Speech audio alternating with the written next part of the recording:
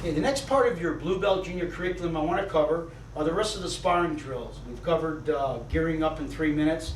Now we're going to cover some of the other ones. They're kind of self-explanatory, so I'll read them out of your book for you, and then I'll have Mr. Baer come in and we'll demonstrate some of these for you. First one is called distancing, okay, or closing the gap. Now when we're distancing, we have to understand distancing from our opponent. All right, Mr. Baer, please. Sir. Okay. When we bow, we're in a fighting stance here to spar. We touch our front hands. This is our proper fighting distance to start from. We're not going to start like this in close, and we're not going to start like this far apart. This is your proper distance to start.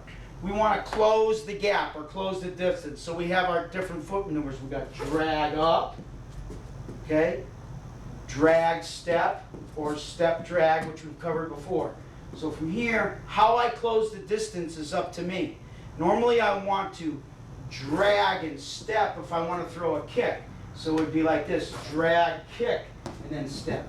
If I want to hit him with my front hand, I would step and then drag with my back foot. So those are different ways of closing the gap. Again, the proper distance is arm length away from each other, hands back and ready to go. All right? Position 3. Defense and combinations and counterattacks. Those are basically learning how to freelance and fight.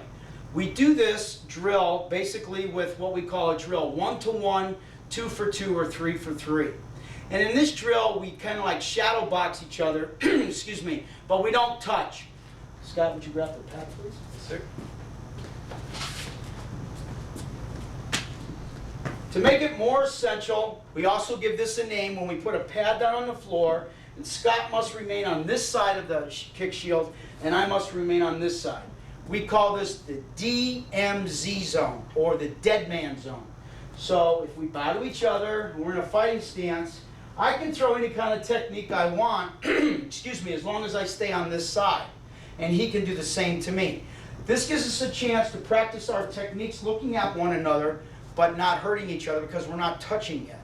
So many of the white belts and advanced belts will do this for several months. And you'll do this periodically in class just to kind of loosen up. So from here, we take it another step where we call it a 1-for-1 drill. So we bow, fighting stance, and in here, I only throw one technique, and then he can counter with a technique. Kia! Kia! Kia! Kia! Kia! And the whole time we're looking at each other, using ourselves as a target practice, okay?